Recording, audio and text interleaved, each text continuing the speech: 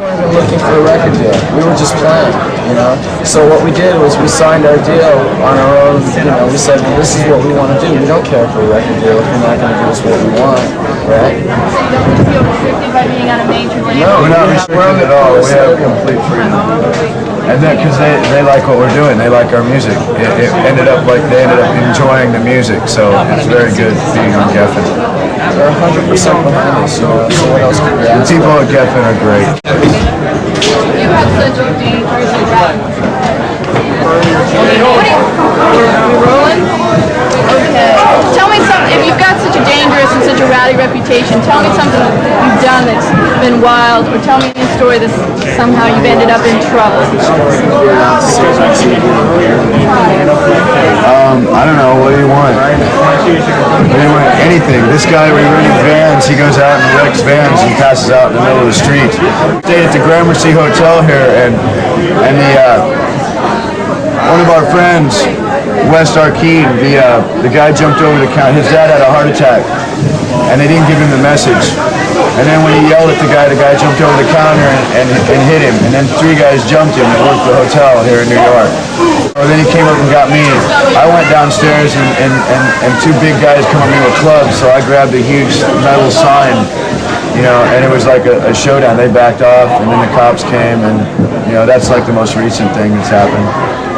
Tell me why there are 2 versions of the Appetite for Destruction album cover. Why do you think there's 2 versions? Well, I have to get it on tape. Well, because there's a lot of record stores and stores that sell your record that did not like the cover and had a different opinion of what it meant. And so we knew that was going to happen, but we wanted to get the cover out, so then we made another cover.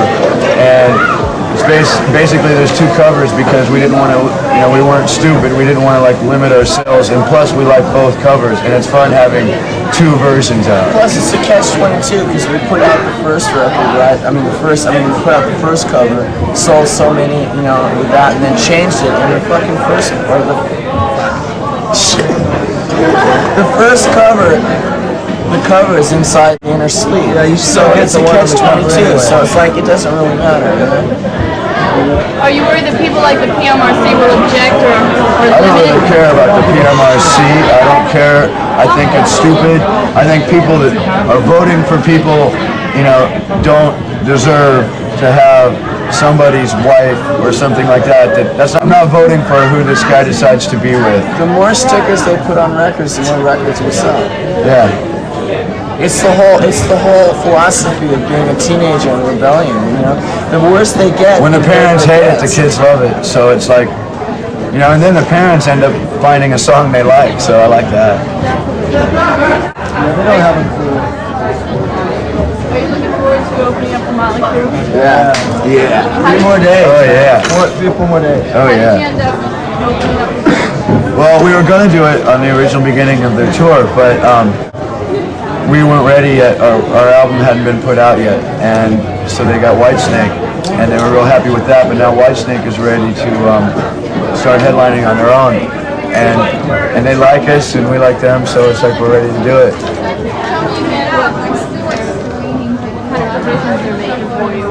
We don't know They're rolling out like the red carpet. I mean, they're giving us more lights than they usually give an opening act. They're giving us more monitors, more things. Yeah, they're really helping us because they're into what we're doing. And like someone told me the other day, Circus Magazine told me that Vince Neil said some nice things about us. Besides, I figure that any kid that has a Guns N' Roses album has a Motley Crue album too, so this should be great. It's probably, Yeah. think about it. I think it'll be a good show for the kids. The best tour. You know, for what we do, for what Motley Crue does, what we do. It's pretty legit. Like, putting it right together. It's like, who else, you know? There hasn't been a rumble. It's pretty legit and unpretentious and not aimed at top 40 radio. You know, it's aimed at just coming from the heart, rock and roll. Do you think Vince being a teetotaler or at least doing these rad commercials will affect any kind of backstage antics during this, you know? I think we have to do those because of other reasons. I wouldn't even want to get involved. Yeah, and I don't think it'll affect us. You know, it's like we won't do anything or any trouble on the tour. You know, in the hotel rooms is another story.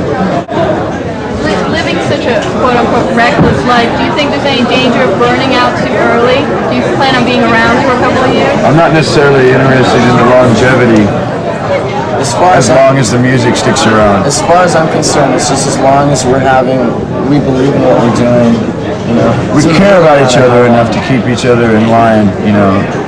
Like I saved this guy's life a couple times this week. What's your relationship to LA Guns? Yeah, they're friends of ours, and like we used to practice in the drummer's studio. I was an original singer in an old version of that band. The guitar player in LA Guns, Izzy lived with him. He grew up.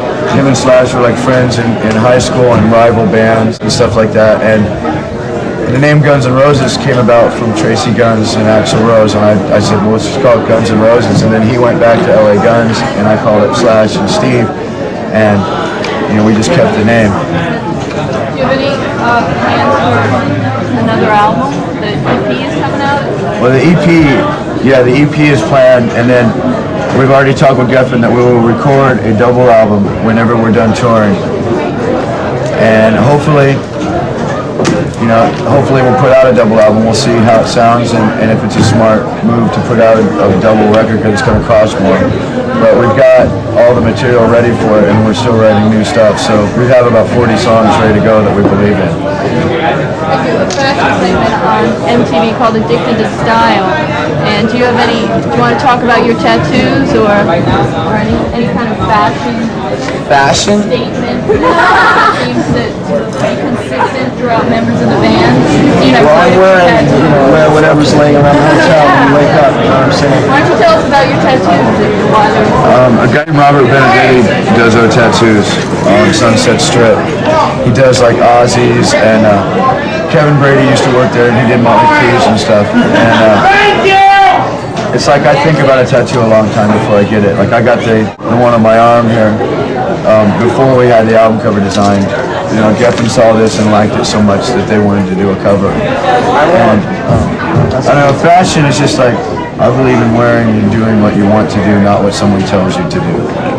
And that's what our fashion is. It's like hard. You go into a nice hotel, you're renting out a whole floor, you're playing a big show in the town, like we're on the Cool Tour, you're playing for like 10,000 people sometimes, and they won't let you in the restaurant because of the dress code, and there's no one in it.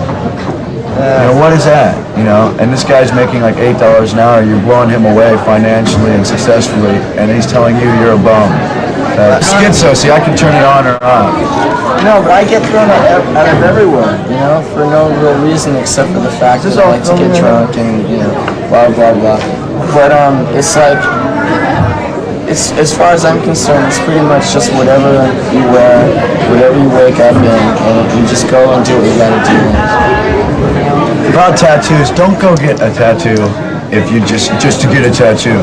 Get something that you plan on having for the rest. If you're gonna get one, make sure it means a lot to you and you're gonna have it for the rest of your life. Like when I come up with an idea for a tattoo, I think about it for a year. Do I really want that? Do I always want that on my arm? I'm not unhappy with anything I have. The only thing I'm bummed about is I got this tattoo right here, which is a Thin Lizzy album cover, and I always wanted to show it to Phil Lynott, and he died on me. I got this one like whenever, and it's been years since I figured out what I was into at that time. So I drew this one, right? It's my own drawing. So I figured if I ever get a tattoo, it'll be my own drawing. So I have to figure out what I want to get on this arm. It's got to be something that so it's like as soon as something I think is important enough, then I'll get it. I'll get some B-roll of you sign records. It sounds like an MTV concert.